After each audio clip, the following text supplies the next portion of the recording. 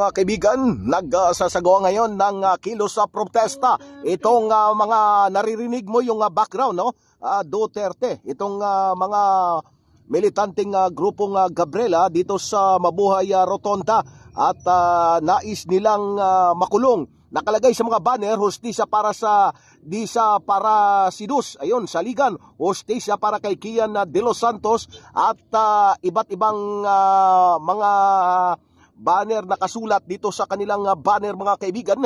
At ayan, nakikita nyo po, no, nagdulo ito ng napakatinding trapiko dito sa Mabuhay Rotonda. Justice all victim of AJK, nakalagay po, nakikita nyo po. At meron pang aso, ayun, may kasama pang aso, ayan, nakikita nyo po, no, ay may kasama Duterte panagutin.